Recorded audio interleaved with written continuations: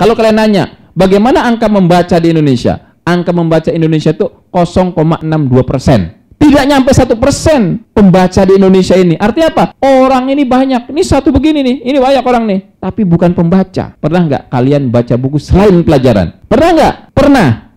Kapan itu? Berapa persen kalau dari sini? Itu angkanya. Maka nanti ketemu angkanya 0,62%. Nggak nyampe 1% penduduk Indonesia tukang baca. Kenapa? Karena tidak pernah diajarkan bagaimana membaca itu enak. Tidak pernah diajarkan bagaimana membaca itu hiburan. Di TK-TK tidak dibiasakan. TK tidak ngasih komik, nggak ada ngasih komik. Hadiah kita duit, hadiahnya boneka, hadiah macam, nggak pernah ada hadiah buku komik, misalkan Shinchan atau buku komik Batman atau Naruto mungkin sekarang. Kenapa membaca itu kalau di Barat memang betul-betul disupport, yang kecil disesuaikan, ya. Kecil udah kasih komik terus-terusan, dia menikmati membaca, naik ke novel, baru naik ke buku ilmiah. Kalau di kita perpustakanya pun nggak ada buku anak kecil itu. Jadi membaca tidak dibuat happy, membaca itu buat berat. Orang yang kuliah, orang yang berada di lingkungan terdidik akademis, itu saja jarang sekali membaca, apalagi tetangga kali yang tidak sekolah, yang sampai SMP, SMA nggak baca itu.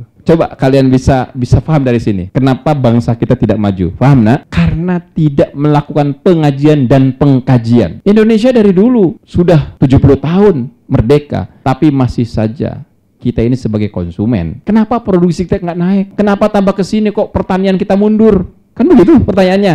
Kenapa? Coba kenapa? Karena kurangnya pengkajian. Kita berpikir sekarang, kita pengen maju, meninggalkan pertanian. Nggak ada lagi. Ada nggak orang tamatan SMK cita-cita jadi petani? Ada nggak? Ada nggak alumni Institut Pertanian Bogor kemudian pengen jadi petani? Ada nggak? Tidak ada yang ingin melakukan perubahan dengan pertanian. Padahal ya, sekelas negara maju seperti Ukraina, seperti Rusia, itu adalah negara penghasil gandum terbesar di dunia. Maka sekarang harga gandum naik 62% naiknya.